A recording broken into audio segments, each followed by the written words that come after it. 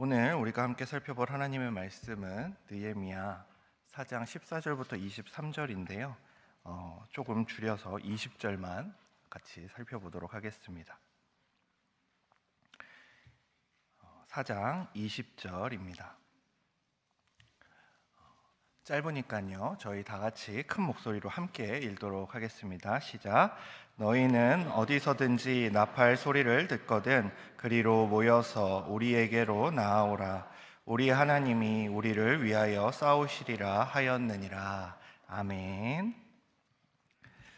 네, 부모 그리고 교사 연수학교 세 번째 시간에 오신 모든 분들을 주님의 이름으로 환영합니다. 이제 화면을 띄워주시면 감사하겠습니다. 서론을 시작하기 전 서론의 이정표도 저희가 함께 읽어보아야 하는데요. 이래서 제가 말씀을 조금 뛰어넘었습니다. 이정표가 이제 각 서론, 본론, 결론마다 나올 예정인데요. 우리 이정표 첫 번째 서론의 이정표입니다. 느헤미야 1장 4절에서 6절도 함께 읽어보도록 하겠습니다. 시작. 내가 이 말을 듣고 앉아서 울고 수일 동안 슬퍼하며 하늘의 하나님 앞에 금식하며 기도하여 이제 종이 주의 종들인 이스라엘 자손을 위하여 주야로 기도하오며 우리 이스라엘 자손이 주께 범죄한 죄들을 자복하오니 주는 귀를 기울이시며 종의 기도를 들으시옵소서. 나와 내 아버지의 집이 범죄하여. 네, 감사합니다. 사랑하는 화성교회 성도 여러분, 그리고 다음 세대를 위해 함께 땀 흘리는 우리 교사와 부모님들, 한 주간 잘 지내셨나요? 지난주 예레미야가 정확한 진단에 대해서 외치는 장면을 우리가 살펴보았다면, 오늘은 느헤미야를 통해 그러한 진단 위에 어떻게 성벽을, 그리고 어떻게 제방을, 수문을 세웠는지 함께 살펴보려고 합니다. 지난주 우리는 약 70분이라는 시간 동안 시대의 거센 파도 앞에서 우리의 영적인 현실을 돌아보는 위험한 이야기에 대해 함께 나누었습니다. 아마 집으로 돌아가시는 발걸음이 무거운 분들도 계셨을 텐데요. 우리가 익숙하게 여겼던 그 10m의 낡은 제방으로는 더 이상 아이들을 지켜낼 수 없다는 것, 이제는 우리 어른들 스스로가 기꺼이 15m 이상의 거대한 방조제가 되어야 한다는 그 사명은 우리가 목적성은 알지만 가볍게 듣기는 어려운 내용이었습니다. 그렇기에 그래 내가 변해야지, 내어주어야지 머리로는 다짐할 수 있지만 막상 현실로 돌아가면은 그래서 뭘 어떻게 해야 되는 거지? 라는 생각이 들 수밖에 없지요. 당장 아침에 스마트폰만 들여다보는 아이와 어떻게 대화해야 할지, 일주일에 고작 15분에서 30분 주어지는 시끄러운 공과 시간에 내가 도대체 무엇을 할 수 있는 건지 막막함이 있으실 것입니다. 오늘 두 번째 강의를 시작하며 여러분의 기억 속에 있는 한 장면을 떠올려 보고 싶습니다. 2007년 겨울 대한민국 전체를 충격과 절망에 빠뜨렸던 태안 앞바다 기름 유출 사건입니다. 아름다웠던 바다는 시커먼 기름으로 뒤덮이게 되었고요. 바다 생물들은 끈적하고 독한 기름을 뒤집어 쓴 채 죽어갔습니다. 당대 최고의 환경 전문가들은 이 바다가 원래의 모습을 회복하려면 최소 20년, 어쩌면 수십 년이 걸릴 것이라며 고개를 저었습니다. 도무지 손을 댈 엄두조차 나지 않는 이미 기름이 엎질러진 절망적인 상황이었습니다. 그런데 모두가 끝났다고 했던 그 바다에 놀라운 일이 일어났습니다. 전문가들의 예측을 비웃기라도 하듯 태안 앞바다는 불과 몇 년 만에 다시 푸른 생명을 품은 바다로 회복되는 기적을 맞이했습니다. 도대체 이 바다에 무슨 일이 일어났던 것일까요? 오늘 우리가 함께 살펴볼 구약의 느헤미야 말씀에도 이와 똑같은 절망의 이야기가 등장합니다. 바벨론의 포로 생활을 마치고 예루살렘으로 돌아왔지만 하나님의 성벽은 다 무너져 내렸고 성문은 불타버렸습니다. 도무지 어디서부터 손을 대야 할지 모르는 태안의 시커먼 기름때처럼 느헤미야가 돌아온 예루살렘의 그 폐허 역시 막막한 상황이었습니다. 느헤미야 1장 6절을 보시기 바랍니다. 나와 내 아버지의 집이 범죄하여. 느헤미야는 무너진 성벽의 책임을 엇나가고 말씀에서 떠나고 율법을 어기고 있는 백성들에게로 돌리지 않았습니다. 완벽한 환경이 갖춰지는 것을 기다리지도 않았습니다. 그는 완벽한 지도자가 되겠다는 가면을 뒤집어 쓰지도 않고 오히려 방금 우리가 살펴본 것처럼 처절한 실패의 한복판에서 자신을 세우고 눈물로 엎드렸습니다. 회복은 바로 그 고백의 자리에서 시작되었지요. 사랑하는 여러분, 저는 우리 화성교회의 교육 현실 그리고 부모님과 선생님들이 마주한 그 척박한 현장 역시 바로 이렇게 무너진 것 같은 예루살렘 성벽 같을 수도 있다고 생각합니다. 너무 거대하게 무너져서 내 작은 힘으로는 도대체 어디서부터 손을 대야 하는가라는 생각이 들 수도 있지요. 이런 막막함 앞에서 우리는 종종 무기력해지고 자꾸만 완벽한 상황이 오기만을 기다릴 때가 있습니다.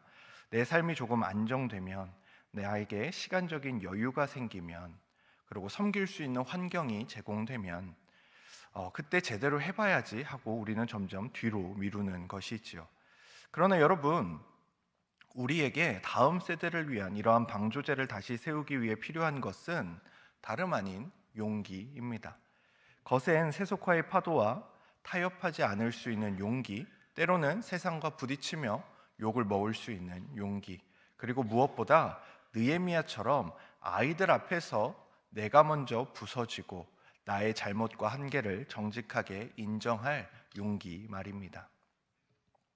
아이들 앞에서 완벽한 어른인 척 위장하는 것이 아니라 나도 연약해서 실수하고 넘어지지만 이 실패의 자리에서 아빠가, 선생님이 어떻게 다시 하나님을 신뢰하며 일어서는지 그 치열한 삶의 여정을 있는 그대로 보여주는 것, 바로 그것이 우리가 가져야 할 가르칠 수 있는 진정한 용기입니다. 그렇기에 요즘 나오는 가정 예배에 관한 그런 책들을 보시면은 꼭 이 파트가 있습니다. 가정 예배에서 가장 중요한 것은 어떤 상황에서도 완벽하게 신앙생활을 해내는 그렇게 감추어진 부모의 모습이 아니라, 부모도 때로는 그 가정 예배의 순간을 잊어버릴 때도 있고 말씀 읽기를 잊어버릴 때도 있고 때로는 그 가정 예배 순간에 온전히 전심을 다하지 못할 때도 있다는 자신의 연약함을 아이들에게 그대로 드러내고 공유하며 그 상황 속에서 어떻게 부모가 다시 하나님을 찾고 하나님께 회개하고 나아가는지의 그 과정을 보여주어야 한다라는 것이 요새 가정 예배에 대한 중론입니다. 본격적인 이야기에 앞서 한 가지 분명히 말씀드릴 것은 한 가지 제한이 필요할 것 같습니다. 오늘 제가 제시할 처방전은 우리 화성교회의 어떤 전체적인 것들을 얘기하는 시간은 아닙니다. 저는 교육 파트를 맡은 목사로서 오직 우리 다음 세대를 품은 교육위원회, 다니엘학교, 그리고 부모님의 가정이라는 이 현장에 집중한 대안을 내보고자 합니다.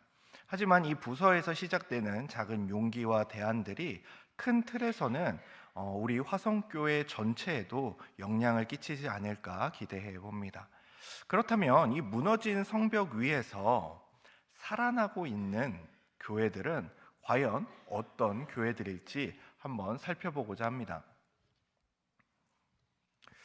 본론 1의 이정표를 우리 함께 읽어보도록 하겠습니다. 시작. 후에 그들에게 이르기를 우리가 당한 공경은 너희도 보고 있는 바라. 예루살렘이 황폐하고 성문이 불탔으니 자 예루살렘 성을 건축하여 다시 수치를 당하지 말자 하고 그들의 말이 일어나 건축하자 하고 모두 힘을 내어 이 선한 일을 하려 하매. 우리가 어떤 완벽해 보이는 모습을 벗어 던지고 우리의 연약함을 하나님께 인정하며 은혜를 구하기로 결단했다면 이제 고개를 들어서 한국 교회의 거시적인 생태계를 먼저 살펴볼 필요가 있습니다. 거센 세속화의 쓰나미 앞에서도 묵묵히 살아남고 오히려 다음 세대가 역동적으로 부흥하는 교회들은 도대체 무엇을 하는가입니다. 제가 우리 다니엘 학교의 돌파구를 찾아보기 위해 유승현 목사님의 유목민 이야기 채널이라든지 아니면은 다양한 기독교 교육과 관련된 다음 세대와 관련된 논문과 책들을 읽어보았습니다. 그곳에서 만난 다음 세대를 위해 다양한 도전들을 시도하고 있는 교회들의 모습은 우리에게 실로 파격이라고 할 수 있습니다. 여기서 여러분들이 이제 오해하시면 안 됩니다. 제가 이것들을 하자라는 것이 아니라는 점을 인지하고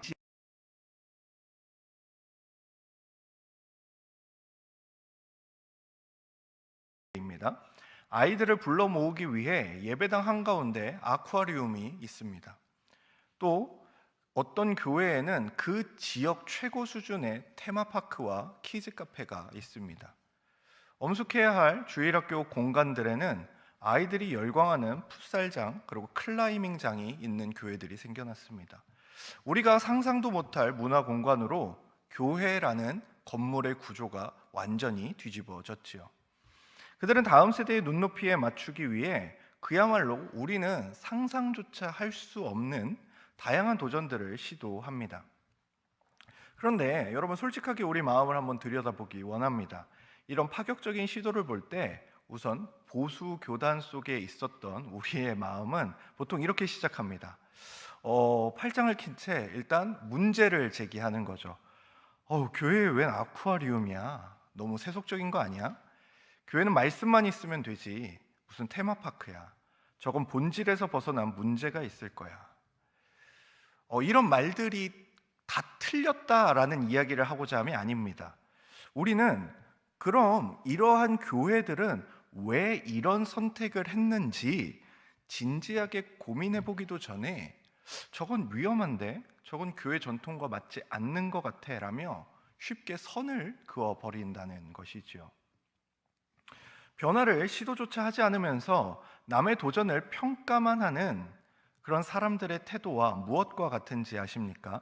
서론에 말씀드린 태안 앞바다를 다시 떠올려 보십시오. 시커먼 기름이 밀려왔을 때 차가운 겨울바람을 맞으며 바위밭에 쭈그려 앉아서 헌 옷가지와 그리고 걸레를 들고서 그 기름때를 어떻게든 닦아내보려는 사람들을 향해 멀찍이 서서 혀를 차는 구경꾼과 같습니다. 저게 무슨 소용이야. 계란으로 바위치기지. 저런 헝겊 쪼가리로 돌 몇 개 닦는다고 바다가 살아나겠어? 간에 기별이나 가겠어? 그런데 정말 바다와 나라를 사랑했던 사람은 말하고 비판하기보다 헝겊을 들고 그 자리로 나아갔습니다. 여러분, 그 파격적인 시도를 하는 교회들이 돈이 남아 돌아서 혹은 세상 유행을 쫓고 싶어서 아쿠아리움을 짓고 풋살장을 만들었다고 저는 생각하지 않습니다. 그것은 생존을 위한 그들이 생각한 처절한 몸부림이었습니다. 스마트폰과 세상의 쾌락에 모든 영혼을 빼앗겨버린 우리 아이들이 어떻게 하면 다시금 교회로 관심을 돌리고 교회로 돌아올 수 있는지 그들을 향해 찾아 나서는 발걸음이었던 것이지요. 제가 여러분에게 지금 당장 우리 교회 건물을 다 부수고 아쿠아리움을 만들자는 얘기를 하는 게 아닙니다. 우리가 그 살아나는 교회들로부터 배워야 할 것은 그러한 시설이 아니라 변화에 소극적이고 수동적인 우리의 굳은 마음을 깨트리는 그들의 절박함입니다. 계란으로 바위치기라도 해보는 그들의 도전, 간에 기별도 안 가더라도 일단 헝겊 쪼가리를 들고 바위 하나라도 닦아내보려고 하는 그 시도 말입니다. 느헤미야를 보십시오. 그는 무너진 성벽의 처참한 형편을 백성들에게 숨기지 않습니다. 우리가 당한 곤경은 너희도 보고 있는 바라. 그는 이 위기를 공동체와 정직하게 공유하고 있습니다. 그리고 건축하여 다시 수치를 당하지 말자라며 명확한 비전을 던지고 있지요. 진정한 공동체와 팀 사역은 단순한 인력 배치가 아닙니다. 교회 학교는 멈춰있는 조직이 아니라 리더와 구성원들이 비전을 공유하며 끊임없이 움직이는 살아있는 유기체여야 합니다. 여러분, 그러면 여기서 질문 하나를 던지겠습니다. 포로에서 돌아온 이스라엘 민족은 느헤미야가 말하기 전까지 성벽을 다시금 세워야 한다는 필요성을 전혀 모르고 있었을까요? 아니요. 그 그들도 알고 있었습니다.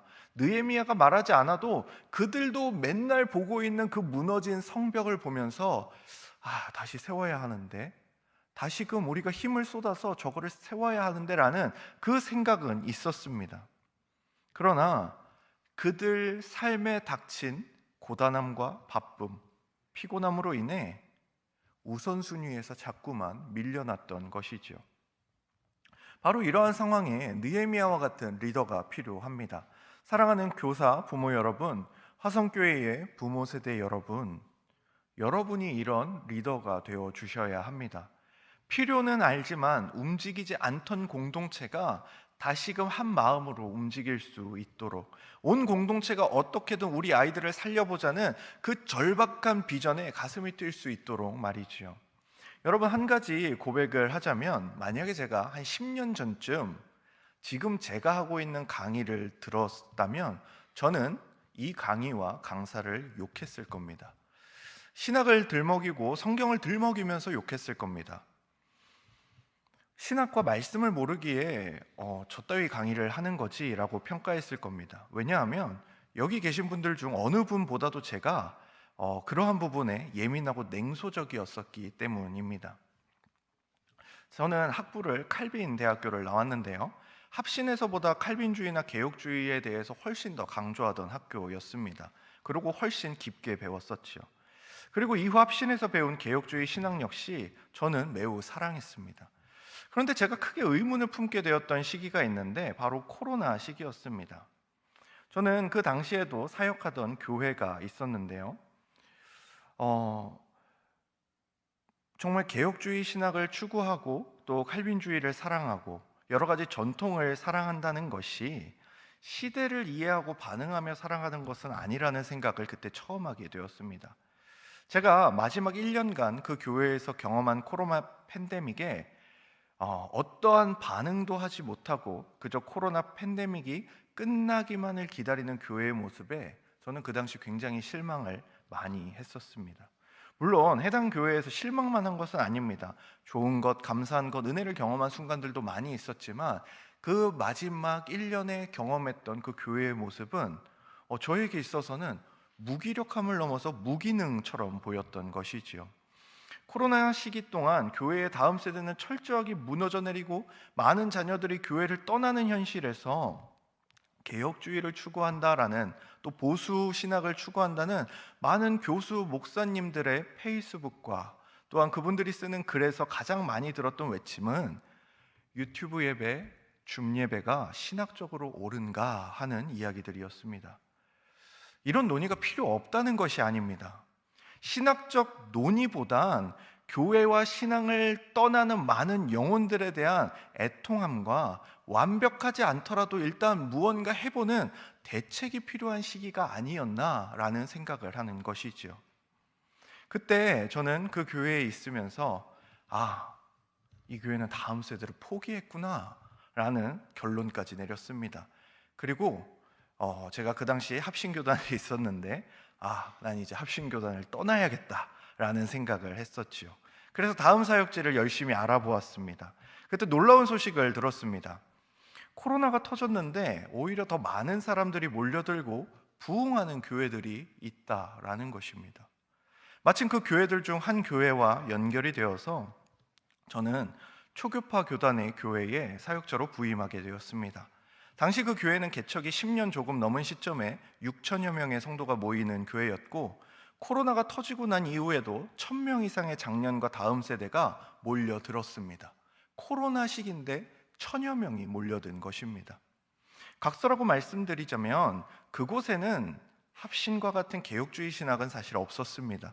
그런데 제가 놀랬던 점은 무엇이냐면 온갖 새로운 아이디어들이 난무했고 그 아이디어들이 실행으로 옮겨졌다라는 것입니다.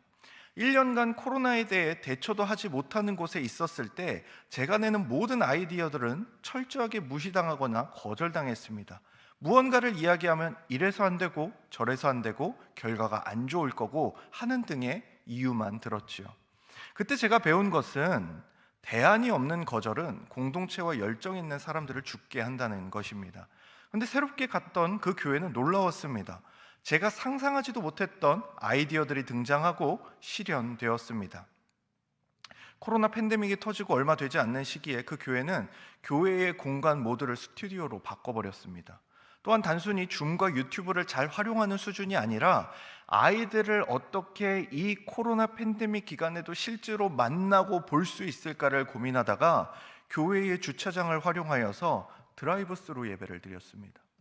여러분 드라이브 스루에 대해서 아마 들어보셨을 겁니다.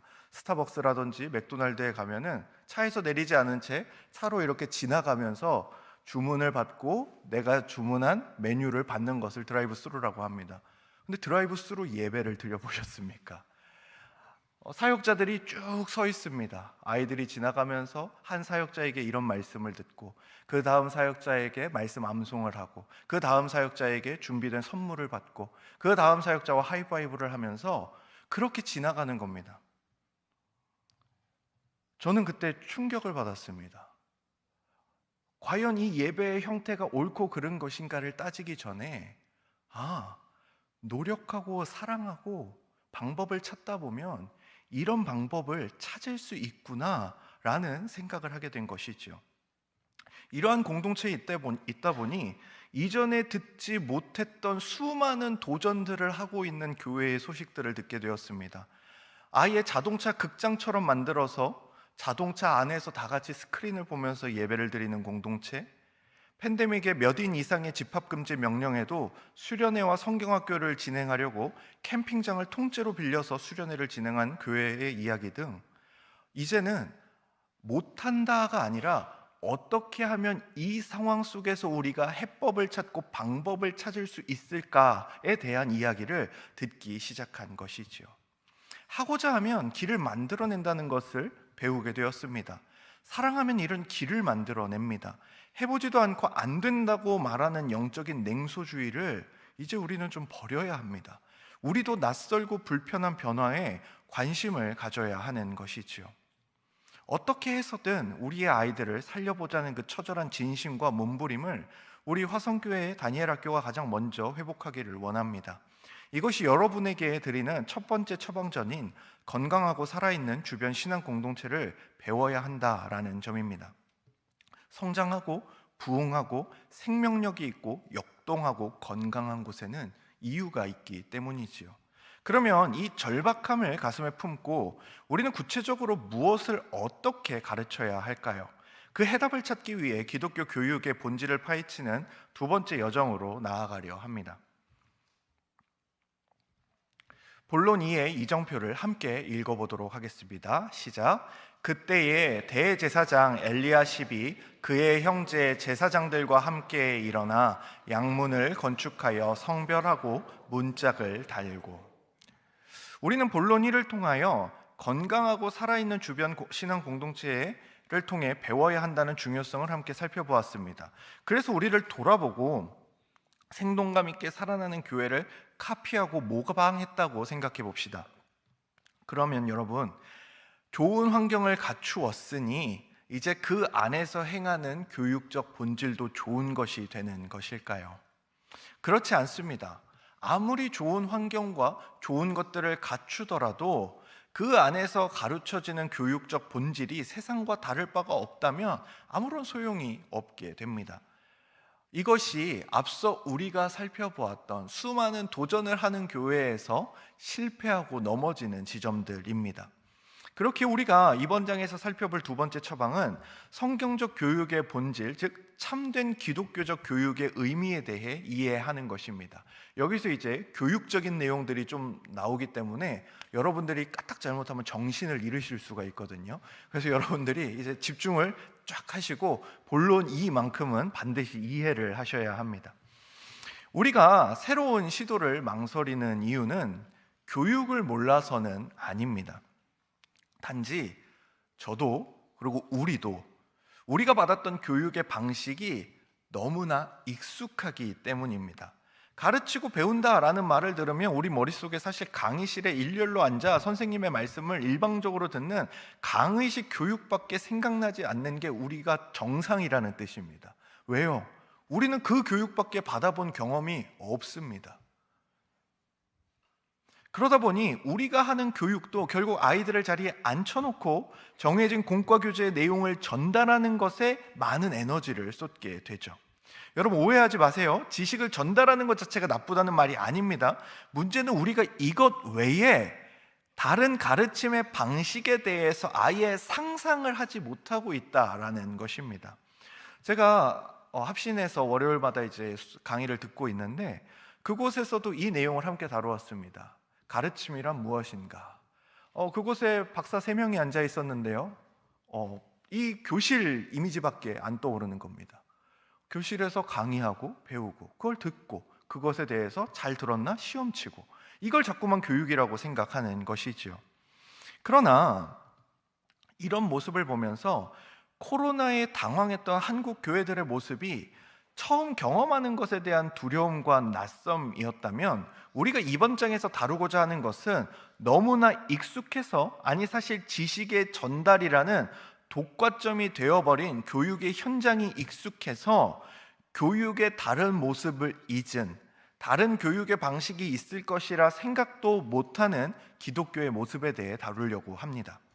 데이비드 스미스라는 미국 칼빈 세미너리의 교수는 그에 져서 기독교적 가르침과 배움에서 우리의 이런 고정관념을 깨트리는 2가지 이야기를 들려줍니다. 스미스의 핵심 주장은 이것입니다. 우리가 무엇을 가르치느냐도 중요하지만 어떻게 가르치느냐가 학생의 세계관을 더 깊게 형성한다는 것입니다. 여기서 무엇을 가르치느냐를 콘텐츠라고 하고요, 어떻게 가르치느냐를 페다고지라고 합니다. 여러분들은 이제 페다고지라는 말을 들으시면 어떻게 가르칠 것인가에 대한 논의구나 라고 생각을 하시면 좋습니다. 이를 기독교 철학자 제임스 K.A. 스미스는 통찰과 연결을 하는데요. 그는 습관이 영성이다와 하나님 나라를 욕망하라 해서 인간은 무엇을 생각하는 존재이기 이전에 무엇을 사랑하고 욕망하는 존재라고 정의합니다. 따라서 진정한 교육은 지식을 머리에 쌓는 것이 아니라 무엇을 향해 마음이 끌리도록 습관과 실천을 형성하는 것이라는 것이죠. 자, 데이비드 스미스가 페다고지의 중요성을 역설하며, 즉 어떻게 가르칠 것인가에 대한 중요성을 역설하며 가져온 2가지 예화에 대해서 제가 소개해 드리려고 합니다.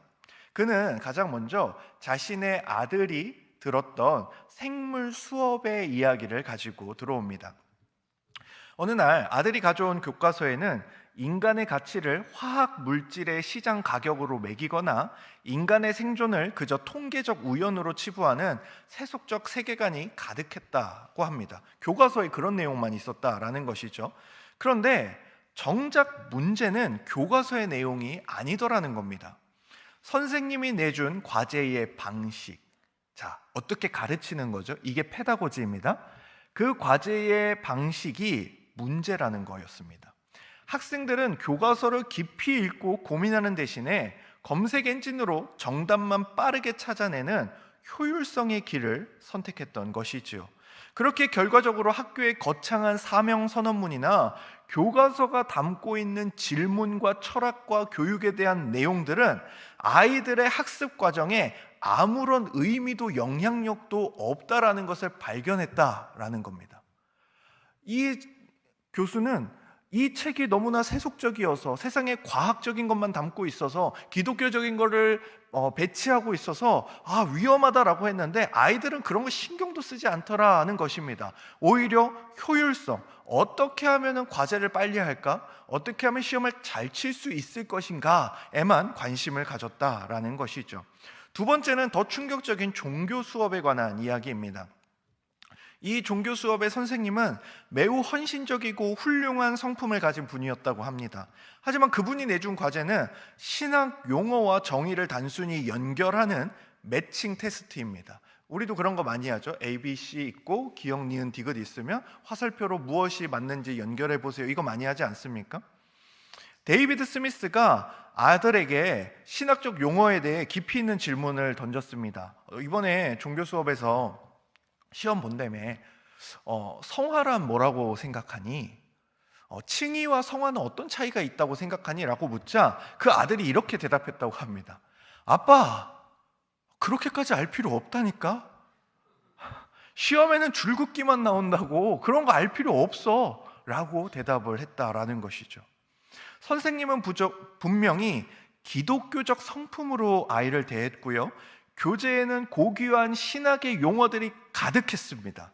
그런데 시험의 방식과 과제의 디자인이라는 가르침의 구조, 즉 페다고지가 아이들에게 전혀 다른 메시지를 전달하고 있더라는 것입니다. 이 지식은 깊이 이해할 필요가 없는 그저 암기용일 뿐이다. 이것이 바로 아이의 마음에 어떻게 배우느냐를 통해 형성되는 습관이자 그 배움의 지식이었던 것이죠. 내용도 중요하지만 정작 아이들이 더 많은 영향을 받는 건 내용을 전하는 방식, 즉 페다고지라는 것입니다.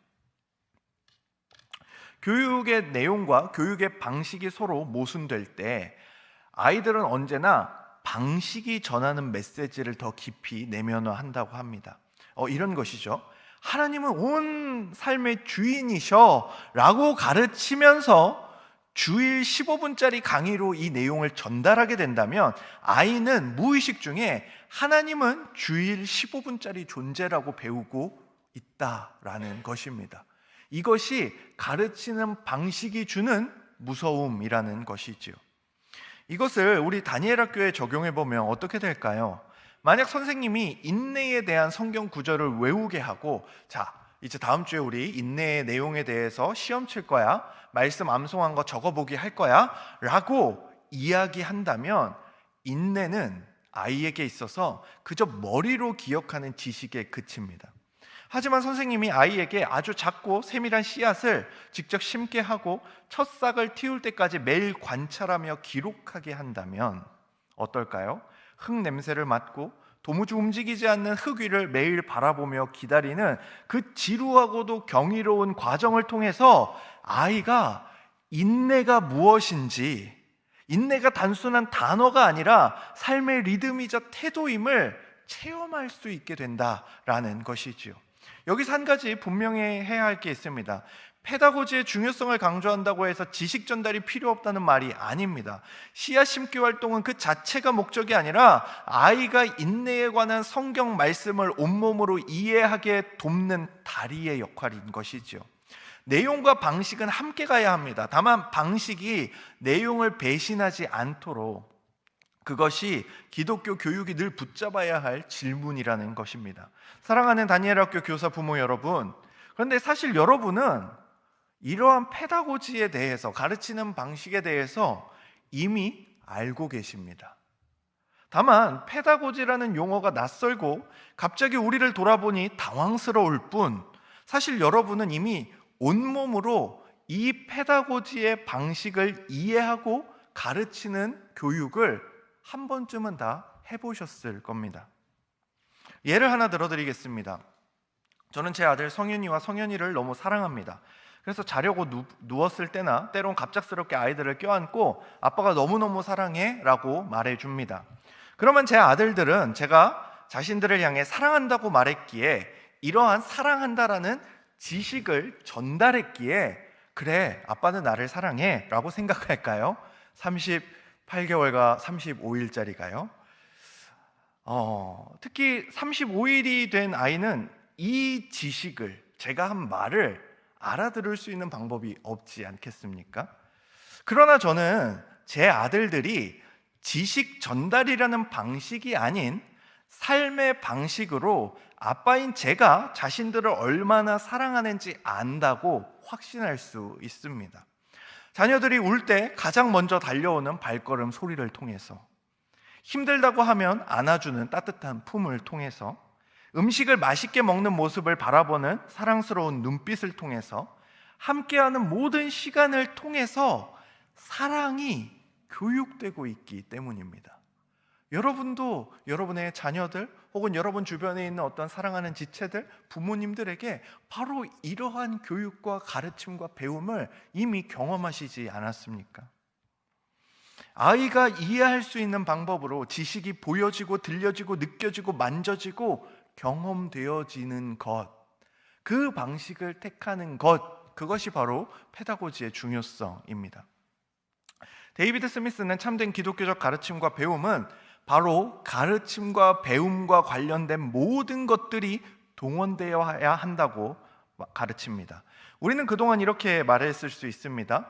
요즘 아이들이 너무 바쁩니다. 공과 공부 시간이 너무 짧습니다. 아이들이 너무 지루해합니다. 하지만 이것들은 교육을 포기해야 할 핑계로 흘러갈 수 없습니다.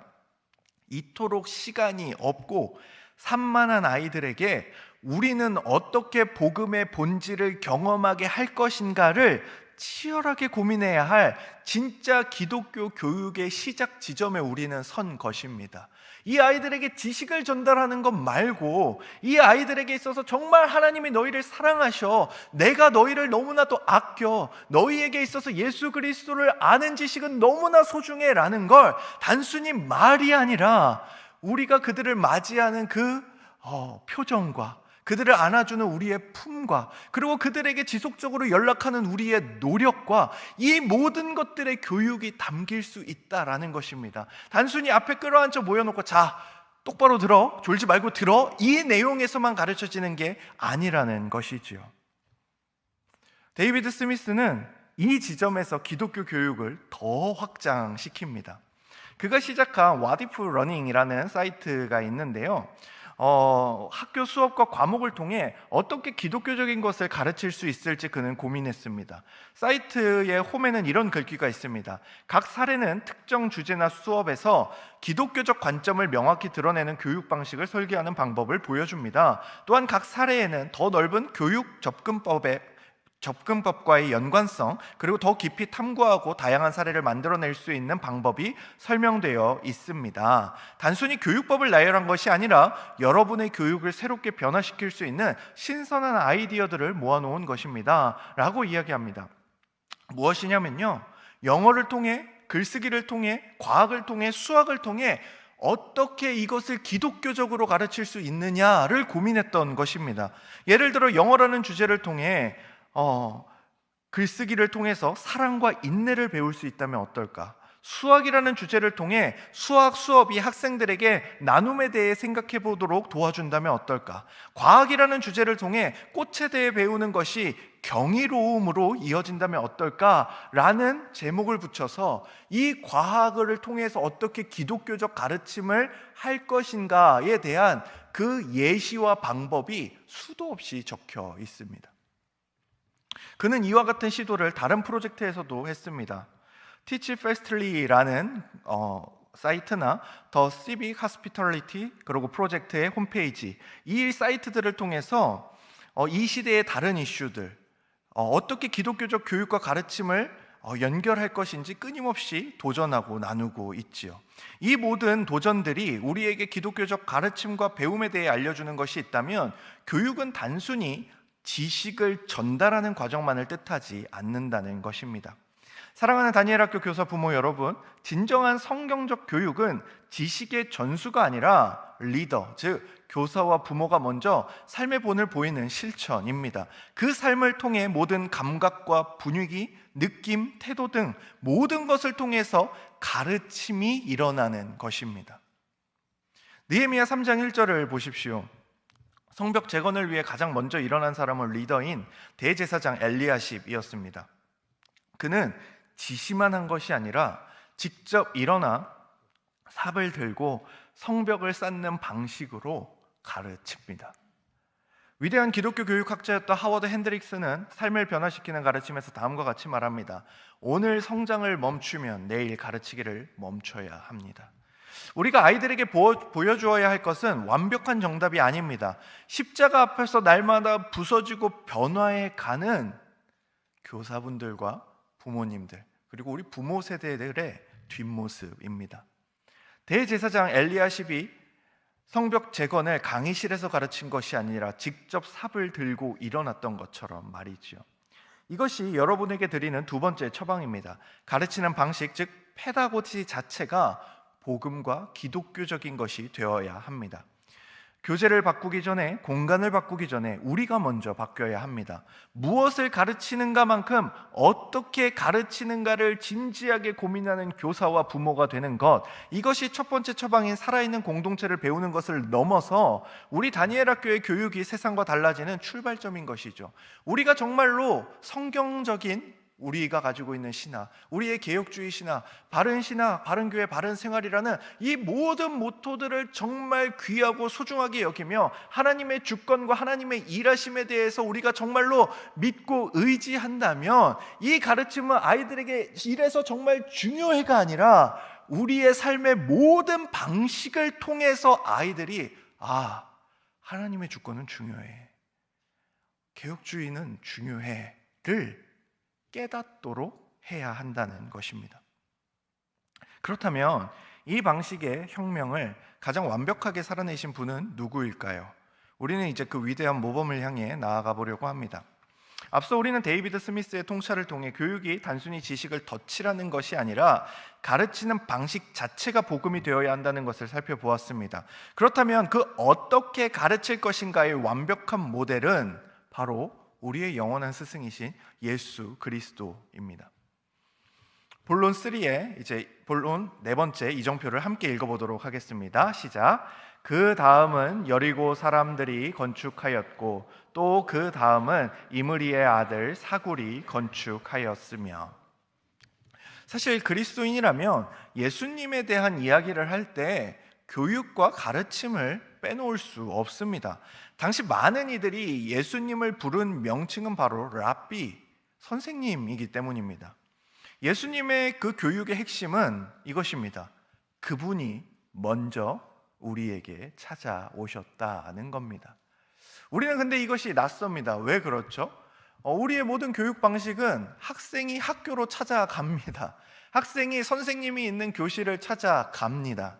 그런데 예수님의 교육 방식은 조금 달랐습니다. 바로 그분이 학생들에게 먼저 찾아오셨다는 점입니다.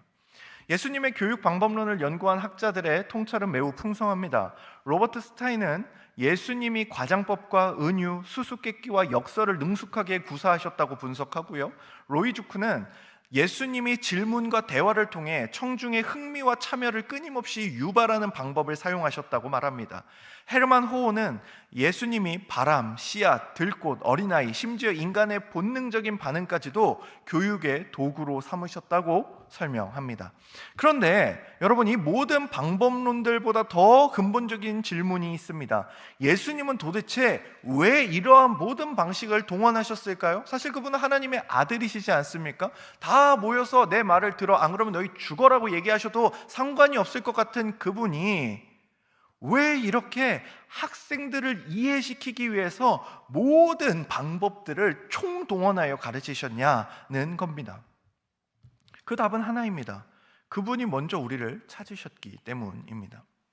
우리는 어제 교사부모 연수학교 두 번째 시간에 이세종 목사님을 통해 한 영혼을 향한 간절함이라는 주제로 신방의 본질과 실제 적용에 대해 다루며 심도 깊게 살펴보았습니다.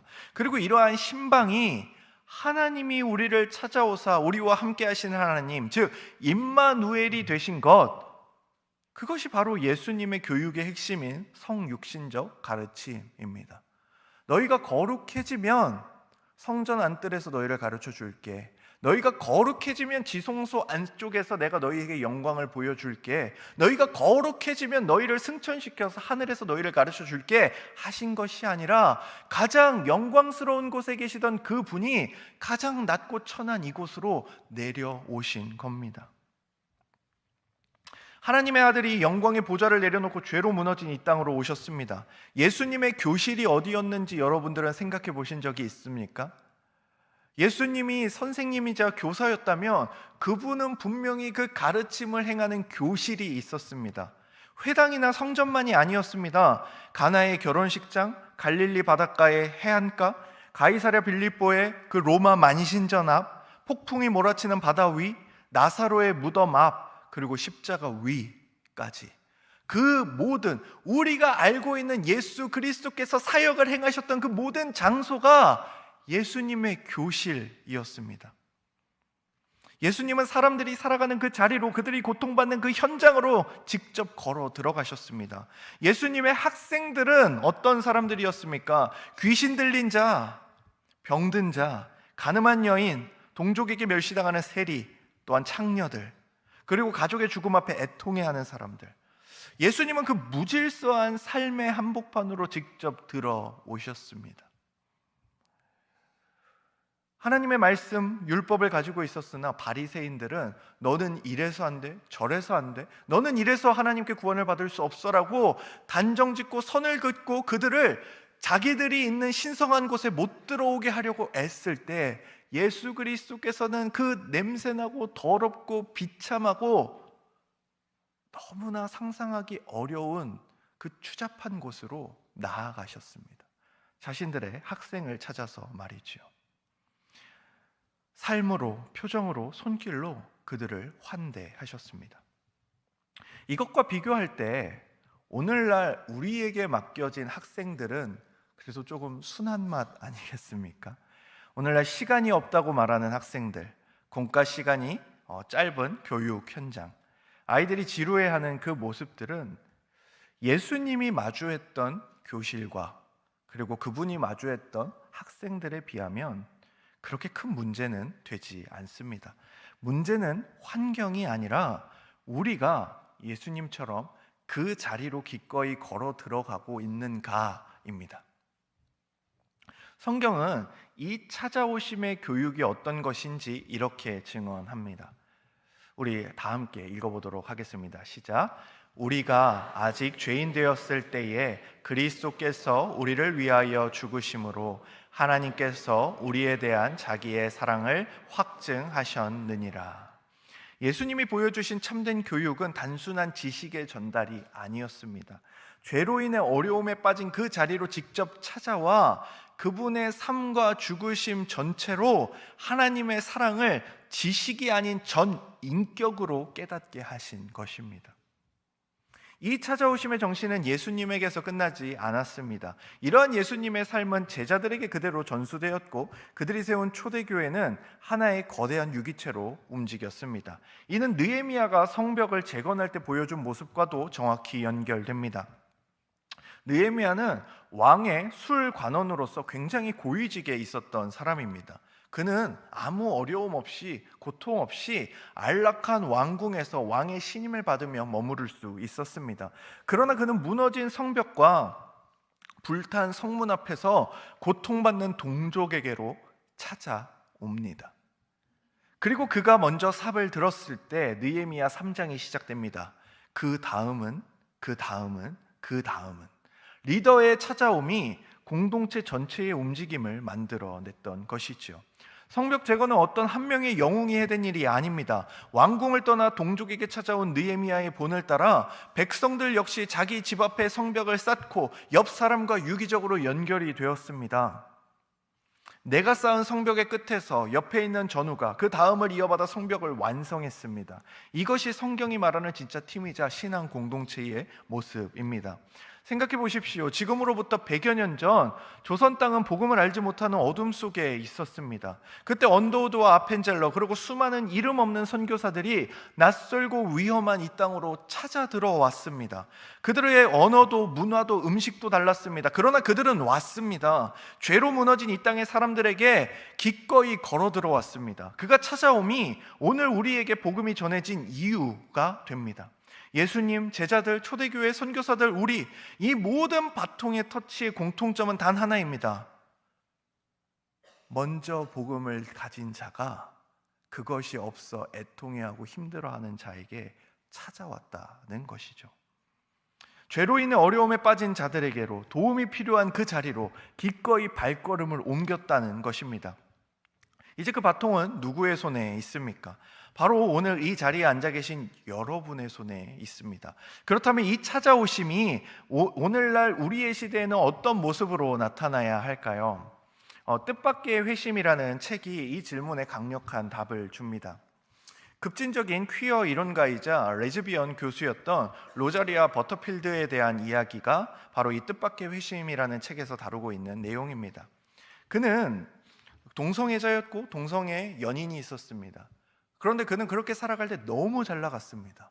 정말 어린 나이에 이미 그 학교에서 종신 교수직을 받았습니다. 그는 기독교를 비판하는 글을 신문에 기고할 만큼 교회를 증오하던 사람이었습니다. 수많은 크리스천들이 이 로자리아 버터필드가 책을 쓰거나 글을 쓰거나 기사를 쓰기만 하면 그녀를 비판하고 욕하고 정죄하는 반대 편지들을 보냈고요. 그리고 동성애자들과 이것을 지지하는 사람들은 당신을 지지합니다라는 편지를 보냈습니다. 그래서 이 로자리아 버터필드는 늘 자신의 책상에 양쪽에 두 종류의 편지를 쌓아 놓았다고 합니다. 지지하는 사람들의 편지, 자신을 증오하고 싫어하고 공격하는 사람들의 편지. 그런데 어느 날 그녀에게 다른 편지가 한 장 오게 됩니다. 바로 개혁 장로교회의 켄 스미스 목사님의 편지였습니다. 그녀는 오랜 시간 동안 이 편지를 이 양쪽 중 어디에 둘지 몰랐다라고 고백을 합니다. 그 목사는 그녀에게 교회로 나오라고 하지 않았습니다. 그가 선택한 방법은 자신이 그녀에게로 찾아가는 것이었습니다. 켄 목사 부부는 그녀를 자신들의 집으로 초대했고요. 무려 2년이라는 긴 시간 동안 함께 밥을 먹고 일상을 나누었습니다. 이 로자리아 버터필드는 그 2년의 시간 동안 자신은 이 목사님을 통해 어떤 정죄를 받은 것이 아니라 존중받고 또한 함께 대화하는 인격체로서 존중받았다고 이야기합니다. 버터필드는 그 당시를 이렇게 회고합니다. 만약 켄과 플로이가 나를 교회로 초청했다면 나는 그 길로 뺑소니를 놓고는 다시는 그들을 만나지 않았을 것이다. 대신 그 켄 목사님이 선택한 방법은 교회를 내게 데려오는 것이었다라고 고백합니다. 물론 진리에 대해서는 단 한치의 타협도 없었습니다. 그때 그녀가 가르치고 있었던 그 학교의 감리교 목사는 그녀에게 찾아와 이렇게 이야기했다고 합니다. 동성애를 하면서도 하나님을 믿을 수 있다. 하나님은 동성애도 허락하신다. 동성애도 사랑하신다라는 이야기를 했다고 합니다. 그런데 당시 레즈비언이었던 자신이 성경을 읽어보아도 그런 말씀은 없었다라고 이 여인이 고백합니다. 그래서 오히려 그것을 타협하지 않으나 자신의 곁에 있어준 켄 목사와 점점 관계를 쌓아갔습니다. 그리고 그 목사는 동성애에 대해서 결단코 인정할 수 없다고, 그것은 죄라고 이야기합니다. 그러나 그녀를 멀리 떨어뜨리거나 그녀를 모른 채 하거나 방관하지 않고 늘 따뜻한 식탁으로 그녀를 초대했습니다. 그 일상의 환대 앞에서 로자리아는 결국 무너져 내렸고 예수 그리스도께로 돌아오는 이야기가 바로 뜻밖의 회심의 이야기입니다. 사랑하는 선생님들 그리고 부모님들, 환대와 체휼, 먼저 삽을 드는 것, 제자도, 이 모든 것의 출발점은 결국 하나입니다. 죄로 인해 어려움에 빠진 자들에게로 먼저 걸어 들어가는 그 발걸음, 그 찾아감입니다. 100여 년 전 선교사들이 조선 땅으로 찾아왔습니다. 그 찾아옴이 오늘의 우리를 만들었죠. 이제 우리가 찾아가야 할 차례입니다. 스마트폰의 영혼을 빼앗기고 세속화의 파도 속에서 표류하고 있는 우리 아이들에게로, 그 산만하고 바쁜 일상의 한복판으로, 우리 반 아이의 곁으로, 내 자녀의 식탁으로, 그 일상의 한복판이 예수님이 당신의 모든 것을 사용해 가르치셨던 가장 영광스러운 교실이 되어야 합니다. 켄 스미스 목사가 로자리아의 식탁으로 찾아갔듯, 선교사들이 조선의 땅으로 걸어 들어왔듯, 여러분이 이제 그 자리로 걸어 들어가는 순간 느헤미야 3장의 그 다음은이 다시 시작됩니다. 이것이 여러분에게 드리는 세 번째 처방입니다. 먼저 찾아가는 것이지요. 더 좋은 교제를 갖추기 전, 더 완벽한 교육의 방식을 익히기 전 우리가 먼저 그 아이의 자리로 걸어 들어가야 합니다. 첫 번째 처방인 살아있는 공동체를 배우는 절박함이 우리의 마음을 깨뜨리고, 두 번째 처방인 가르치는 방식이 복음이 되는 것이 우리의 교육을 바꾼다면, 이 세 번째 처방은 그 모든 것을 가능하게 하는 가장 근본적인 토대입니다. 예수님이 먼저 오셨기에 우리가 그분을 알게 되었듯, 우리가 먼저 찾아가야 우리 아이들이 하나님을 알게 됩니다. 그 발걸음이 바로 우리 화성교회와 다니엘 학교가 회복해야 할 가장 오래된, 그러나 가장 새로운 교육의 출발점이라고 생각합니다.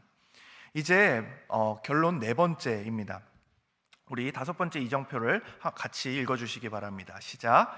내가 돌아본 후에 일어나서 귀족들과 민장들과 남은 백성에게 말하기를 너희는 그들을 두려워하지 말고 지극히 크시고 두려우신 주를 기억하고 너희 형제와 자녀와 아내와 집을 위하여 싸우라 하였느니라. 지금까지 우리는 세 가지 처방을 함께 살펴보았습니다. 본론 1에서 살아남는 교회들의 절박함을 보았고요, 일단 시작하는 그 생존의 몸부림을 보았습니다.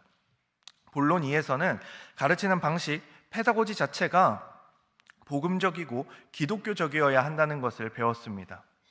그리고 언제나 방식이 전달하는 메시지를 더 깊이 내면화한다는 것을 함께 살펴보았죠.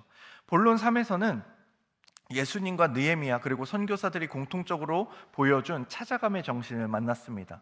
먼저 그 자리로 걸어 들어가는 발걸음이 모든 교육의 가장 근본적 토대라는 것을 배운 것이죠.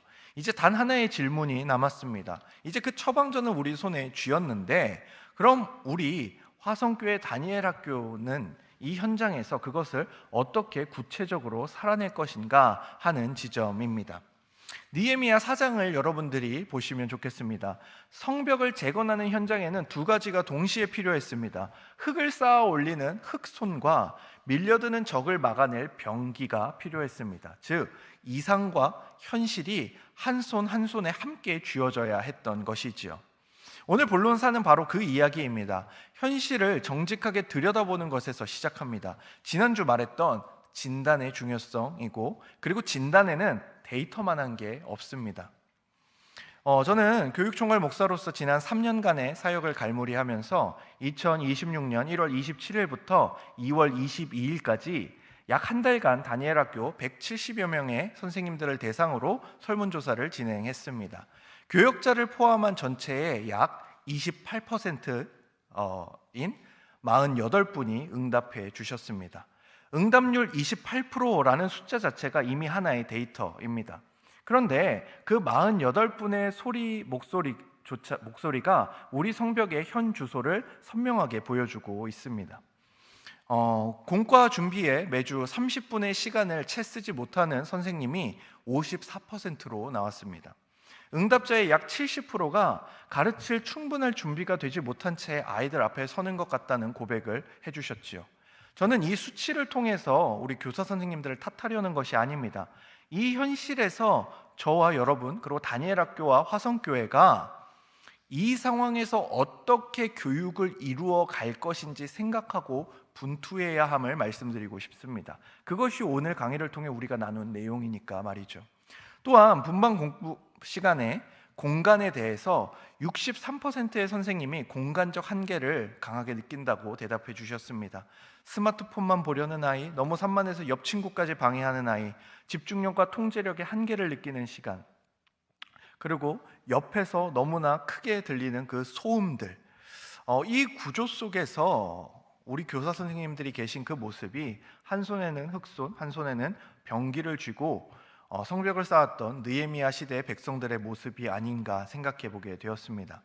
설문 결과 중 저를 가장 오래 붙잡아 두었던 항목이 있는데요, 다니엘 학교가 왜 가스펠 프로젝트 교재를 선택했는지, 그리고 이 교재가 청년부의 리딩 지저스와 어떻게 연결되는 큰 그림을 그리고 있는지 그 핵심 비전에 대해 응답자의 70%가 몰랐다라고 대답을 해주셨습니다.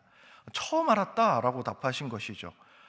이 데이터를 보고 이 데이터만큼은 저에게 좀 상처가 되었습니다. 그리고 처음에는 약간의 억울함도 몰려왔습니다.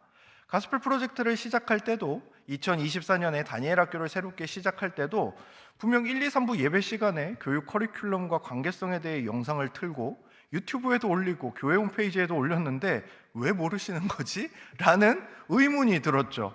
그런데 이번 강의를 준비하면서 제 생각이 좀 바뀌고 억울함은 죄송함으로 좀 바뀌었습니다. 저는 제가 했다는 것에서 몰랐다는 그 70%의 데이터가 내 책임이 아닌데 라고 변명하는 것에 좀 바빴던 것 같습니다. 서론에서 함께 읽었던 느헤미야의 그 고백, 나와 내 아버지의 집이 범죄하였습니다.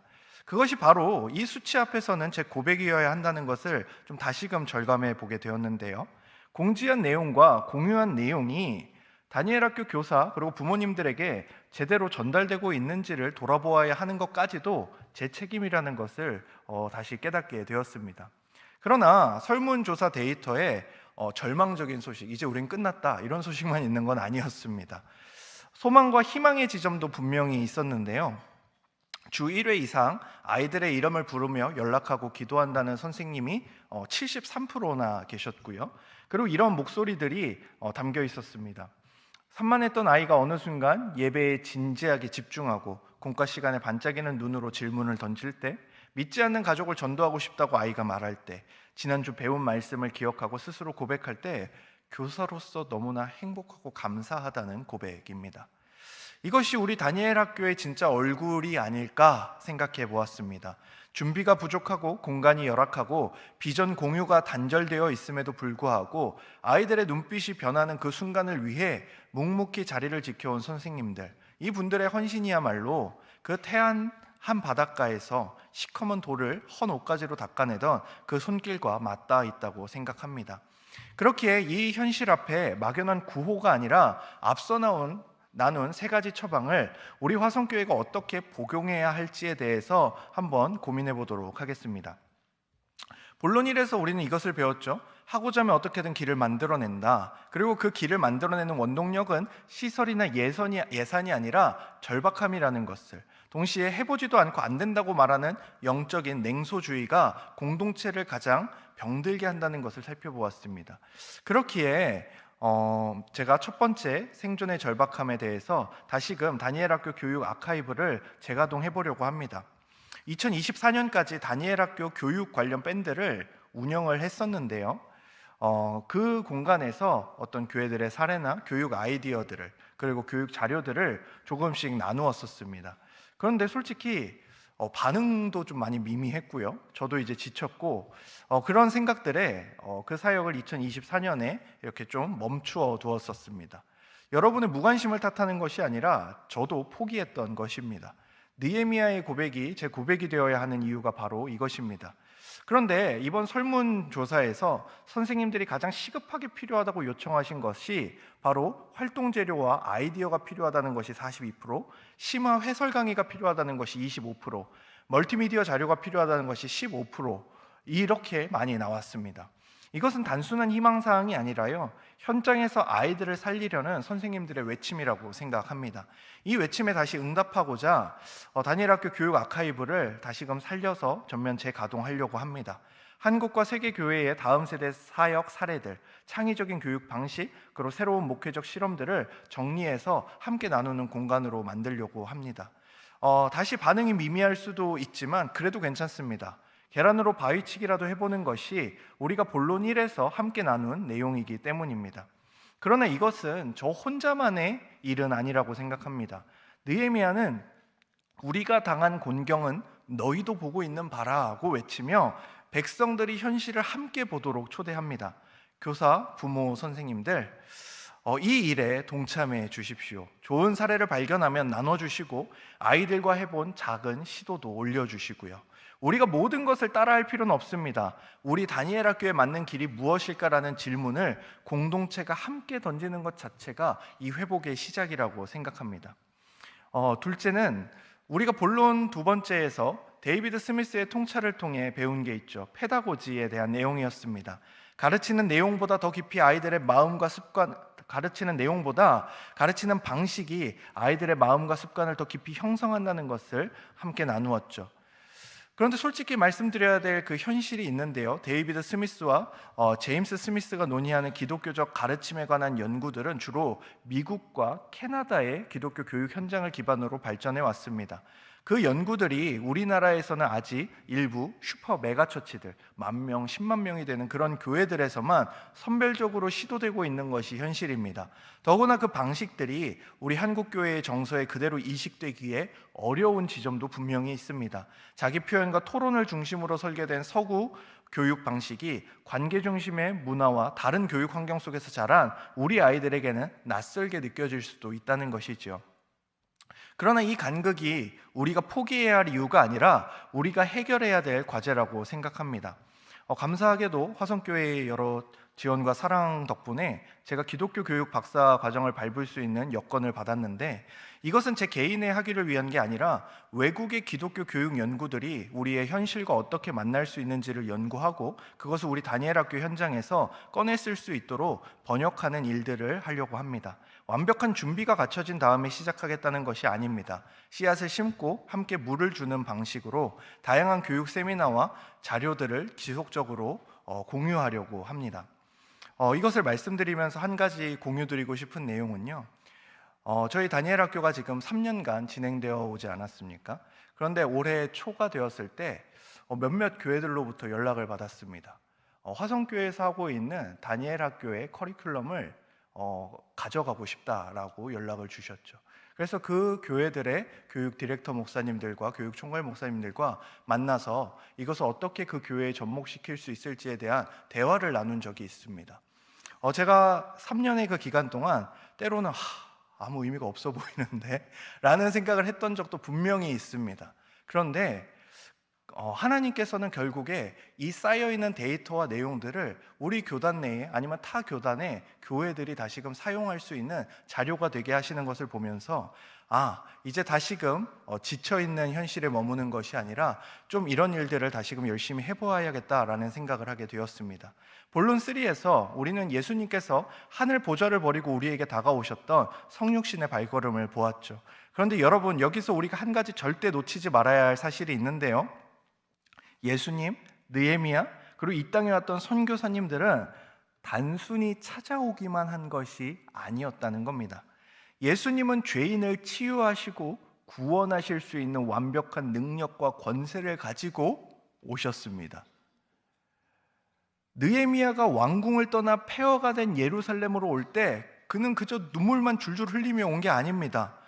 성경 느헤미야 2장 7절에서 8절을 보면 그는 왕에게 유다까지 무사히 통과할 수 있는 조서를 받아냈고요, 성벽을 재건할 수 있는 들보를 만들기 위해 왕의 산림 목장에서 실제적인 목재를 얻어내는 등 철저한 준비와 능력을 갖추고 복귀했습니다.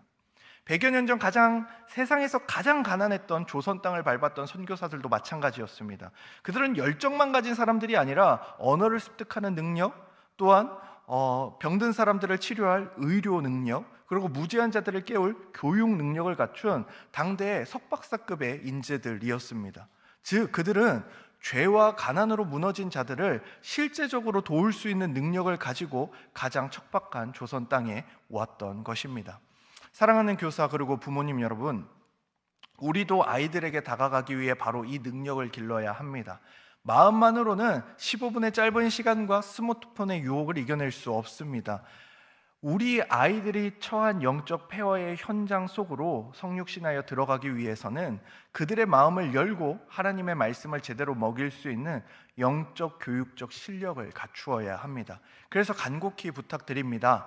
앞으로 다니엘 학교 각 부서에서 더욱 강화될 교사 기도회, 교사 교육, 그리고 부모 교육의 자리에 적극적으로 참여해 주십시오. 바쁘고 피곤하시겠지만 그 자리가 바로 우리가 흑손과 병기를 드는 능력을 벼리는 훈련소가 될 것입니다. 여러분이 아이들을 향해 참된 성육신적 교육으로 다가갈 수 있는 능력을 갖추시도록 다니엘 학교의 모든 교역자가 전심전력으로 돕고 섬길 것입니다. 무너진 성벽 앞에서 함께 울어주시고 다시 한번 흑손과 병기를 주기로 결단하시는 여러분들이 계시다면, 그리고 그것에 하나님이 도우신다면 우리 화성교회와 다니엘 학교의 내일은 결코 무너지지 않을 것입니다. 이제 결론입니다. 이제 마지막 이정표를 읽어주시기 바랍니다. 시작. 느헤미야가 또 그들에게 이르기를 너희는 가서 살진 것을 먹고 단 것을 마시되 준비하지 못한 자에게는 나누어 주라.